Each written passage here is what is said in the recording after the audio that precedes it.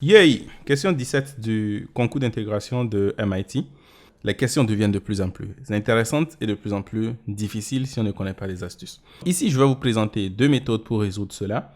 La première méthode est relativement longue, cependant elle est très intéressante et j'ai quand même voulu la présenter ici. Et ensuite, la seconde méthode, grâce à une astuce vraiment intéressante, on peut gagner beaucoup de temps. Donc, restez avec moi jusqu'à la fin afin de pouvoir profiter de ces deux méthodes. La première méthode, en fait, ce qu'elle va chercher à faire, c'est d'abord de calculer ce produit. En fait, de prendre en fait comme une suite ici et montrer que cette suite converge et trouver la valeur de cette série. En d'autres termes, c'est comme si on veut calculer juste la somme de k allant de 0 jusqu'à n de 1 divisé par 1 plus x à la puissance de k, bien sûr, et on va faire une limite lorsque n tend vers plus l'infini. Donc, c'est ce qu'on va essayer de faire.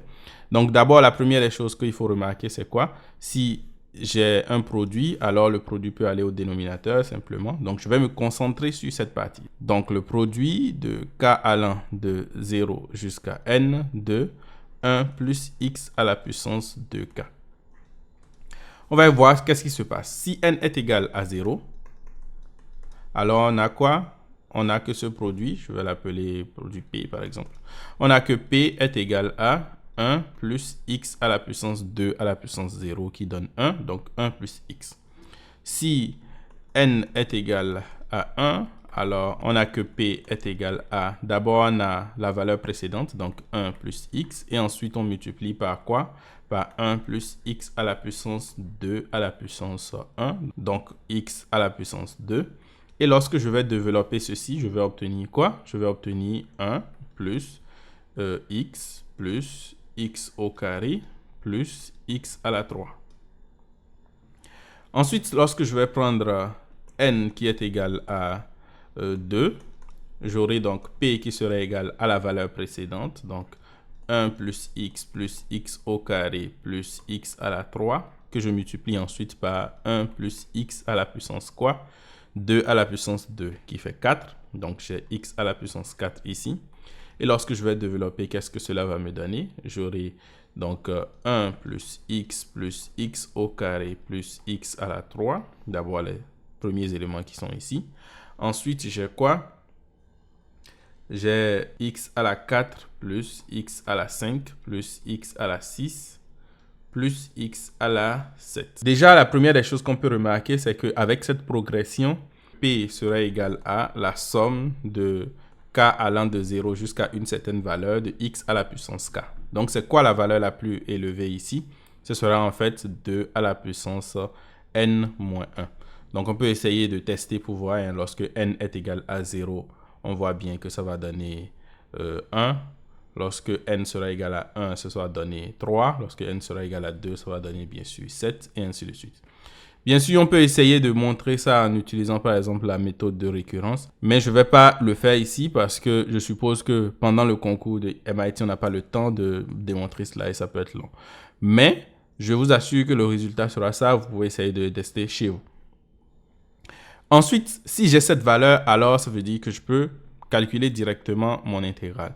Parce que ce que je veux faire maintenant, c'est quoi? C'est de calculer la limite de ceci. Donc, étant donné que x est entre 0 et 1, donc je sais que ceci est convergent. Je sais que c'est une suite géométrique, donc ça va converger vers 1 divisé par 1 moins la raison. Donc, la raison ici qui est quoi? Qui est x. Donc, je sais que mon dénominateur, c'est-à-dire le produit des k allant de 0 jusqu'à l'infini de 1 plus x à la puissance 2 à la puissance k va tendre vers 1 divisé par 1 moins x. Ainsi, ça veut dire simplement que ce que je cherchais à calculer, c'est-à-dire l'intégrale de 0 jusqu'à 1 du produit des k allant de 0 jusqu'à l'infini de 1 divisé par 1 plus x à la puissance 2 à la puissance k, c'est simplement, bien sûr des x ici, c'est simplement égal à quoi? L'intégrale de 0 jusqu'à 1 de 1 divisé par 1 divisé par 1 moins x dx. Waouh! Qu'est-ce que vous voyez? Ça s'est simplifié vraiment beaucoup. Et donc, le résultat ici serait égal à l'intégrale de 1 moins x que je dois prendre entre 0 et 1 dx. Et ceci est égal à quoi? C'est égal à simplement x moins 1 demi de x au carré que je dois prendre entre 0 et 1. Et par conséquent, j'aurai donc 1 moins 1 demi qui est égal à une demi. Super comme résultat. Alors, pour la seconde méthode, on va aller beaucoup plus vite en faisant juste une petite remarque. Donc, aussi, on va se concentrer sur le dénominateur, donc essayer de calculer cela. Donc, il faudra calculer le produit des k allant de 0 jusqu'à l'infini de 1 plus x à la puissance 2 à la puissance k. Ici, je vais juste me concentrer sur cette partie.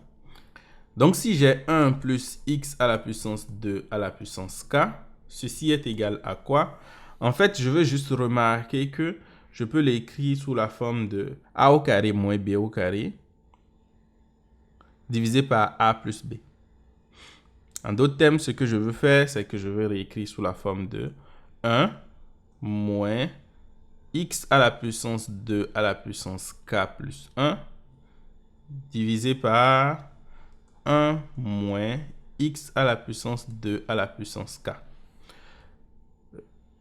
Bien sûr, ici, qu'est-ce que vous allez remarquer? C'est que je peux simplement me dire que x à la puissance 2 à la puissance k, ceci, c'est juste un u par exemple.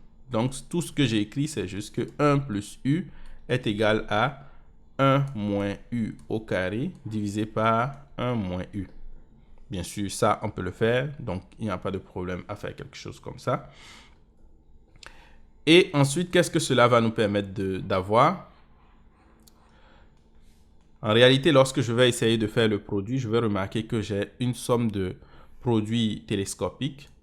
Parce que si je fais maintenant le produit des k allant de 0 jusqu'à l'infini de 1 plus x à la puissance 2 à la puissance k, c'est égal au produit de ce que je viens juste d'écrire, donc de 0 jusqu'à l'infini de 1 moins x à la puissance 2 à la puissance k plus 1 divisé par 1 moins x à la puissance 2 à la puissance k.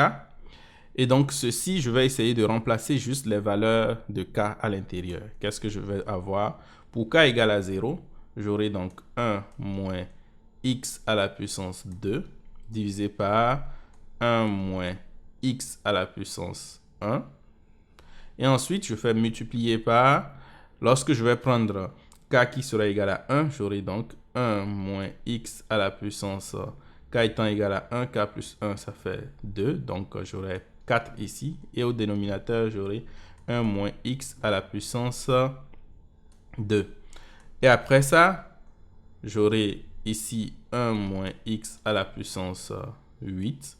Parce que j'aurai 3 plus 1 qui fait 4. Et donc 2 à la puissance 4. Ah non, c'est 16 plutôt. Donc divisé par 1 moins x à la puissance 4. Et ainsi de suite.